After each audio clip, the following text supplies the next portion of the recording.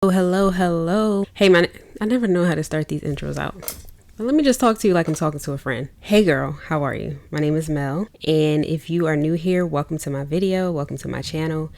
And if you have been here before, welcome back. In this video, I want to talk about the 4 roles that you have to let go of, you have to heal from in order to get out of these burnout cycles that you keep going in and out of. These 4 roles that you're unconsciously playing and you don't even realize it. That's making you susceptible and a match to the burnout. So if you feel like you have been in and out of burnout cycles, you always hit a wall, you always feeling stressed, you're always overwhelmed, and you just feel tired all the time, like you need a break, and you go in and out of these cycles, let me tell you, it does not matter if you switch jobs. You're going to keep bringing those cycles with you everywhere you go. So you won't heal burnout until you stop playing these 4 roles. So we're going to hook you up in this video, and I want to walk you through these 4 roles. Keep an open mind, and let's get into it. So I just want to say, I literally used to relate to all 4 of these roles, and I didn't realize it at the time when I was in these burnout cycles. But the more healing that I did, the more deeply I dug into my mindset, into my belief system, into my perspectives, and into the beliefs that I picked up from other people, the more I realized that I was definitely in these 4 roles heavily. No judgment over here, just love and reflection. Because the first step to healing through something is to become aware of it and then acknowledge it and then to heal from it. So the first role, which is very common, is the people pleaser role. This is a big one, so common in women. And I know this from personal experience, and I know it just from associating with women, with friends, with family members, and even clients that I work with in the past. So you put everybody else first, you put everybody else's needs first because you want to please them. You want them to be happy with you, you want them to choose you. Your worth, unconsciously, you're tying your worth to what you can do for others. You're tying your worth to how needed you are and how validated you are from others. So your worth is being tied to being liked and being needed. When I tell you I was heavily in the people pleaser mode, especially when it came to a career like nursing. I always said I wanted to help people, but the more that I was in that role, it became me helping people at the expense of helping myself. And I would constantly get put on the back burner. My basic needs, for example, on a shift where I would work a 12-hour shift, and I would be so invested into my patients and into patient care. Not saying that I shouldn't be, but I was so focused on pleasing the patients, the team members, the boss, the staff, that I would not drink enough water. I would not take breaks. I would hold my urine, I wouldn't go to the bathroom even though I had to, because I was just always moving, always running, and I didn't allow myself to take the time to just breathe and say, no, things will be fine if I use the bathroom. It'll be okay for me to take a break, so many people don't realize that we all want to be loved and accepted, right? But we have to learn how to please ourselves first and foremost so that we can give from our overflow. So the next role is the perfectionist. When I tell you that I am a recovering perfectionist, I mean it. The perfectionist role, you have to have everything done right. You have to do things yourself. You have to make sure everything is in order, and you have trouble with delegation, right? Because you want to make sure that it's perfect, or you want to wait for the perfect opportunity or the perfect moment. So you feel like things are just never good enough. So in this role, you're constantly burning yourself out trying to get it right, trying to get it perfect, procrastinating, all of this energy that you're putting into trying to make things perfect is adding to your stress, is adding to your overwhelm, is adding to that independent woman archetype, that I got it energy, you don't trust anybody. I'm speaking to my past self. When I ran an Airbnb, for example, I did not trust other people to clean it the way that I would like it cleaned. I would treat it like I was the customer. So every little hair, every little piece of dust, I was very, very strict when it came to cleaning these Airbnbs.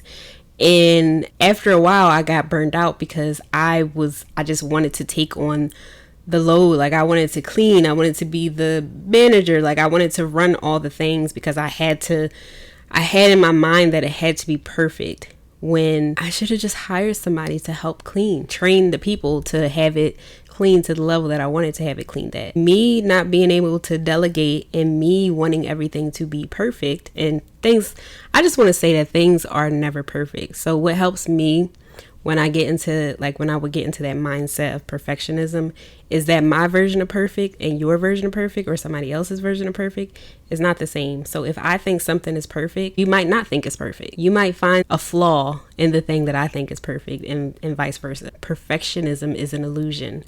Nothing's perfect. And the quicker you recognize that and accept that and own that, the more weight that you can let off of your chest, the more you can allow people to step in, the more you can delegate, the more you can just breathe, because nothing's going to be perfect anyway. So, and there's another quote that one of my brothers, he shares it with me, which is done is better than perfect. And I had to learn this over the years. Like, the more we try to make things perfect, sometimes we fall into like this procrastination and we just want to make sure it's absolutely perfect. It's mentally and emotionally time consuming. It's mentally and emotionally draining to try to make things perfect, because that energy that you're using into trying to make things perfect, you can be using for other things.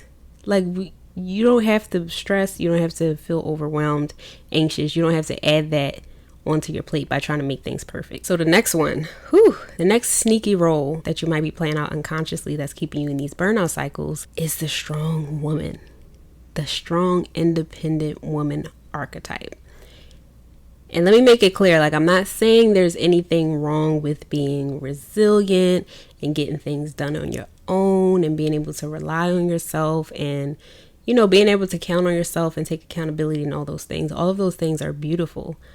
But if you that strong, independent woman that prides yourself on never needing and never asking for help, I want to talk to you real quick. I've been that woman, that strong, independent archetype woman. I don't need nobody for nothing. I would pride myself on not asking for help. And I won't even say not needing help, because we can say we don't need help, but if you slowly breaking down inside because you're always tired, stressed, anxious, and burned out, clearly you could use some help, but you don't want to admit it to yourself. Just being in that identity where you feel like you don't want to rely on anybody. Maybe you've been hurt in the past. Maybe somebody let you down in the past. Maybe you were let down when you were a child by your parents or, family members or somebody close to you, or maybe it happened in relationships, or along the way throughout our lives, like, things happen and we build these walls up, but they only break us down. We all need help. We all need help with one thing or another. I just want you to know that there's nothing wrong with admitting that you need help and asking for help. And it took a lot for me to get to the place where I was okay with asking for help, and receiving that help is a whole nother ball game. But being that strong, independent woman who feels like you don't have to ask for nothing, you don't need nothing, I got it, I'll take care of it, you take care of everything, that is keeping you burned out. The next one. So the next role that's keeping you in these burnout cycles is the fixer. You try to fix everyone else's problems. Whenever people need you, you drop everything and you really try to come up with the perfect way to help people or to fix things. So if somebody got a problem, you think it's your job to step in and fix it. You're becoming overly responsible for everybody else's emotions, everybody else's issues that they have going on, everything else that these people are going through. But inside, you're tired from dealing with everybody else's stuff on top of your stuff, and your stuff is getting buried underneath everything.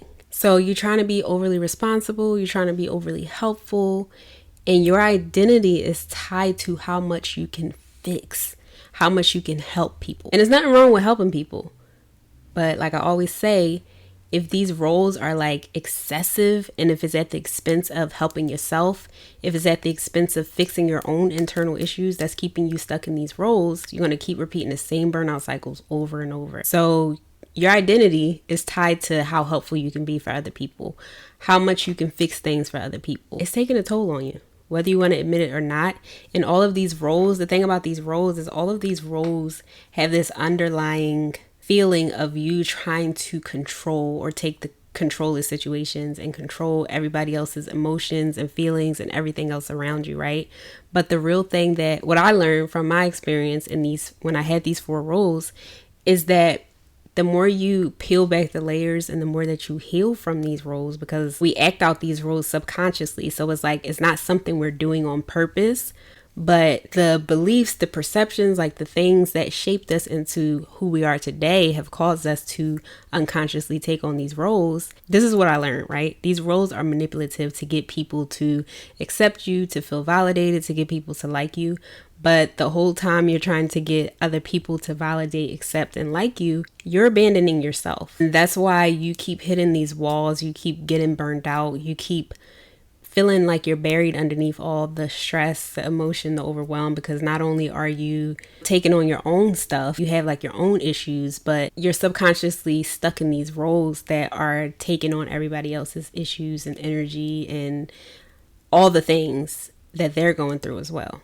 So it was like all piled up. You got to clear that out in order to really heal from the burnout. You have to heal from these roles because they're so ingrained deeply into your mind. You have to acknowledge that they're there and point out the ways that you're showing up as these roles. How am I playing this role in the relationships that I have today? Like, that's an amazing question to ask yourself. What would happen if you stopped that role or you like lessened that role? What would happen with your relationships? What would happen with your relationship with yourself? But when you become stuck in these roles, that just makes you build up resentment towards yourself, towards the relationships and connections that you have. And it makes you feel disconnected from your own needs. It makes you feel like you don't even know what your own needs are because you're so busy worried about everybody else's needs. So I just want to say that these roles aren't who we really are. Like, these roles are not who you truly are to your core, and you're able to heal from them. You're able to overcome the roles. They're just trauma responses and patterns that you picked up along your journey that are tying you to these constant cycles of burnout, and you're allowed to let them go. You are allowed to let them go with love. You are allowed to let these roles go. Okay. If any of this resonated with you, if you can identify yourself in any of the 4 roles, let me know below. If this hit home for you, like if this resonated for you and you want to go deeper into your healing journey, into really like healing from the burnout so you don't keep hitting these cycles, I am creating a free masterclass that dives deeper into this healing journey. That's coming soon. That's going to help you shift your identity from that burnt out nurse, that burnt out woman, into the version of you who allows yourself to heal and to feel safe outside of burnout. That's all I got for you in this video. Let me know your thoughts, comments, if you can relate to any of these. And like I said, stay tuned if you want access to the free masterclass that I am creating. I got you, girl. I'll see you next time. Thank you for watching. Bye.